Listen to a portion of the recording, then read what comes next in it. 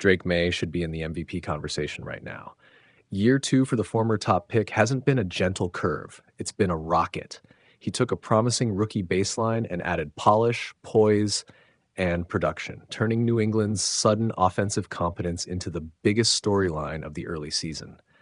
The Patriots sit 5-2 largely because Maye has not only avoided rookie mistakes, he's forced defenses to adjust. That's how MVP talk starts. The metrics back it up. Maye ranks near the top in expected points added and success rate per dropback. When he's asked to throw a yard past the sticks, the most telling, aggressive kind of throw, he's completing at a ludicrous clip well above league average. In plain English, he's making the hard throws at a higher rate than almost anybody, and he's doing it in a rebuild where targets and protection aren't luxury items. That's value creation on an every down basis. Put another way, Drake Maye's season reads like the kind of foundational leap that turns a promising prospect into a franchise quarterback overnight. If voters reward the player who changed his team's trajectory, he belongs in the MVP mix. Call it a bold take, but don't call it unearned. Flip the channel to Houston, and the view is bleak. The Texans have an elite defense that could anchor a playoff team, but their offense is actively self-sabotaging. CJ, Stroud's regression isn't mysterious.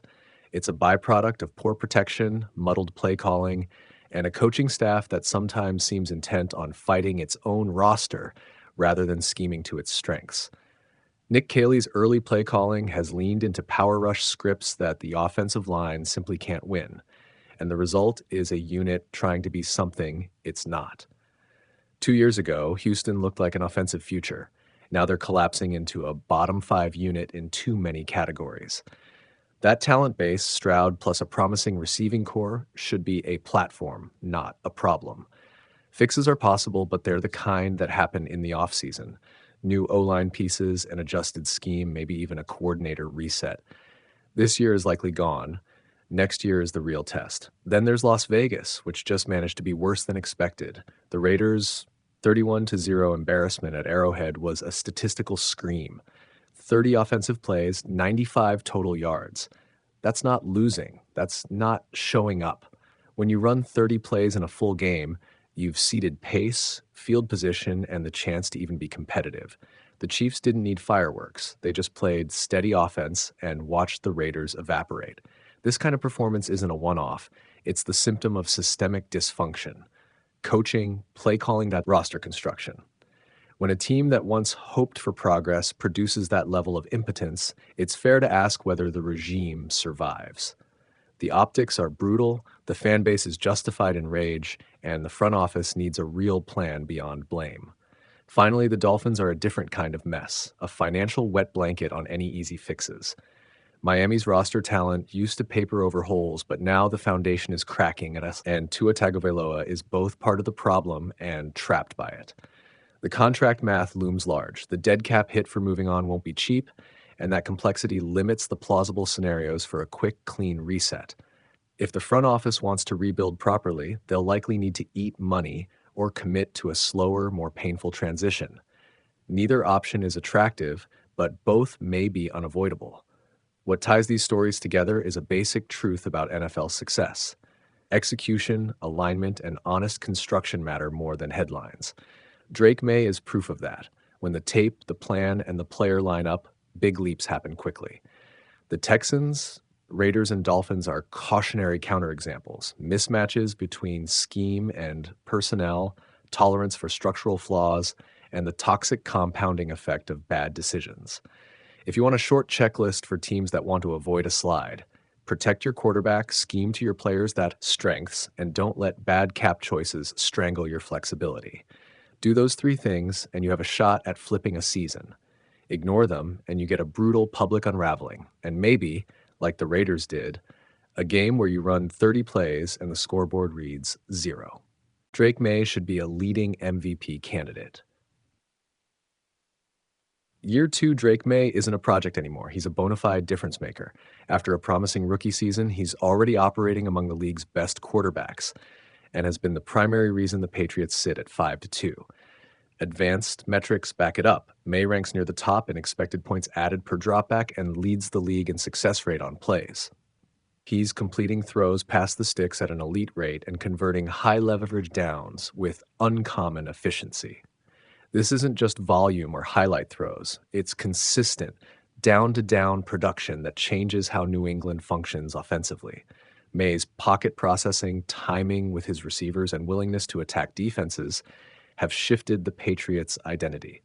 If voters value the player who most materially raises his team's ceiling, Maye belongs in every early MVP conversation. Houston has a structural offensive problem. The Texans are dangerously close to squandering what should be a bright young core. Monday night's loss in Seattle exposed the same recurring issues: poor protection, suspect run blocking, and a game plan that often seems out of sync with personnel. CJ Stroud's production has regressed under sustained pressure and schematic confusion. New offensive coordinator Nick Caley's calls at times haven't adapted to the line's limitations, calling for runs and long developing concepts in spots where quick reads and short throws are the only viable path. An elite defense can mask offensive dysfunction for a while, but not forever. Right now, Houston's offense ranks near the bottom in key efficiency metrics. Fixing that requires more than post-game sound bites. Better line play, schematic simplification to get the ball out quickly, and a coherent plan to rebuild confidence. The window with Stroud is still open, but it's closing fast unless the team changes course. The Raiders were humiliated. The Chiefs reminded everyone who they are. Las Vegas's 31-0 loss to Kansas City was one of those performances that reveals deeper rot. 30 plays, 95 yards, 2 first downs, 1 by penalty. That's not an off night. It's an organizational failure. The Chiefs controlled tempo, executed in the trenches, and treated the game like a clinic. That kind of domination does more than pad a stat sheet. It shoves a franchise's current reality into the spotlight. For the Raiders, this isn't a single game anomaly. It's symptomatic: identity issues, schematic breakdowns, and a roster that doesn't look built to compete. For the Chiefs, it's a reminder that depth, discipline, and design still matter. Kansas City looks alive. Las Vegas looks like a team that needs a hard reset. Tua Tagovailoa's contract is a looming strategic problem for Miami. The Dolphins are in a trap where performance and payroll collide. Tua's inconsistent play is painful enough on the field, but the financial reality makes moving on messy. Spot rack level dead cap math shows Miami would carry a massive penalty to extricate itself from Tua's deal in the near term. That cap calculus limits roster building and constrains free agent options and complicates any rapid teardown rebuild plan.